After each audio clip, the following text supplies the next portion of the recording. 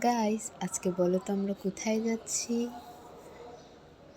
আজকে আমরা যাচ্ছি সংসদ ভবনে। তো ঢাকা এসেছি আর সংসদ ভবনে যাব না, তা কখনো হয়? তাহলে চলো আজকে আমি তোমাদের সাথে শেয়ার করি সংসদ ভবনের জার্নিটা। তো রিক্সা থেকে সংসদ ভবনটা জাস্ট ওয়াও লাগতেছিল আমার কাছে। মানে ভিউটাই অনেক সুন্দর। এটার ভিতরে তো যাওয়া যায় না, বাইরে অনেক মানুষ, অনেক খাবারের স্টল, মানে চারপাশের দৃশ্য জাস্ট অসাধারণ।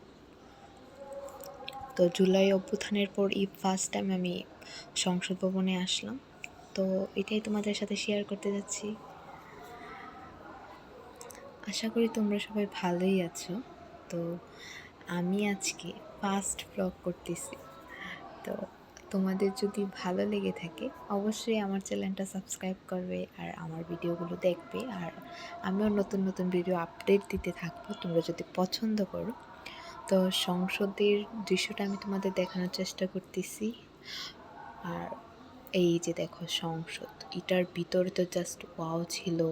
ফ্লাওয়ার চারোদিকে, ফ্লাওয়ার গার্ডেন দিয়ে, মানে এত সুন্দর বলার মতো না। বড় একটা এরিয়া নিয়ে মানে এটা গঠিত।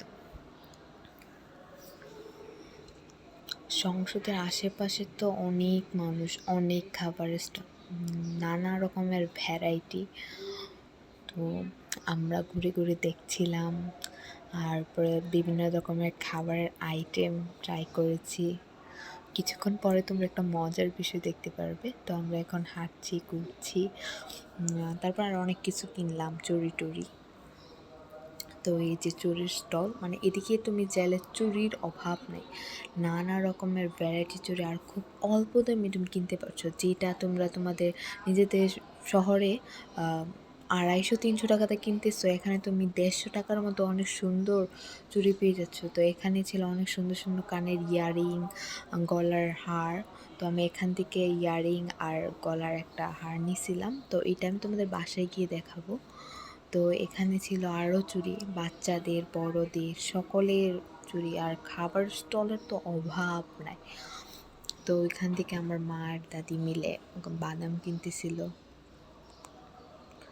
আর আমি করে করে সব কিছু দেখতেছিলাম। এখান থেকে আমরা ফুচকা খেলাম, ফুচকার ভিডিও ক্লিপটা নেওয়া হয়নি। তো ফাইনালি এখান থেকে আমি চুড়িগুলো কিনলাম। গাইস, তোমরাই বলো এই চুড়িগুলোর দাম কত হতে পারে? তারপর আমি তোমাদের আরেকটা ব্লগে বলবো। তো এখানে এই বেলুনগুলো মানে সবাই দেখি ভিডিও করে, আর এটা হচ্ছে সেই মজার জায়গা। মানে ওই যে ভাইরাল হয়েছিল না, এটার একটা মানে করে কমপ্লিমেন্ট করে এর একটা দোকান দিছে, হ্যাঁ না কোথায়। তো ফাইনালি এখান থেকে আমি একটা আইসক্রিম নিলাম। এই আইসক্রিমটা খাওয়ার আমার অনেক দিনের ইচ্ছা ছিল। তো ফার্স্ট টাইম আমি এই আইসক্রিমটা ট্রাই করছি, আর খেতেও দারুণ। এই মামার আইসক্রিম আপনারা অবশ্যই ট্রাই করতে পারেন সংসদের সামনে গেলে। সংসদের পিছনে রাস্তাটাই উনি বসে। এই এক পিস মানে আপনি 4টা ফ্লেভার পাবেন 60 টাকা।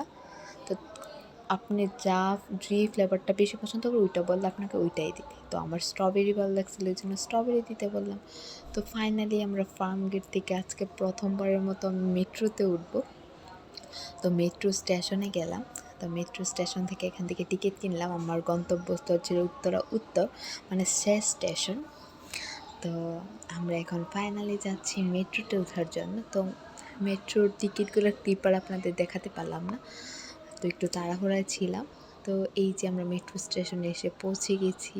কিছুক্ষণ পরেই দেখি একটা মেট্রো এসেছে অন্য যারা যাবে যাত্রী ওই পারের জন্য। তো ফাইনালি আমাদের মেট্রো এসে যাওয়ার পর আমরা উঠে পড়েছি।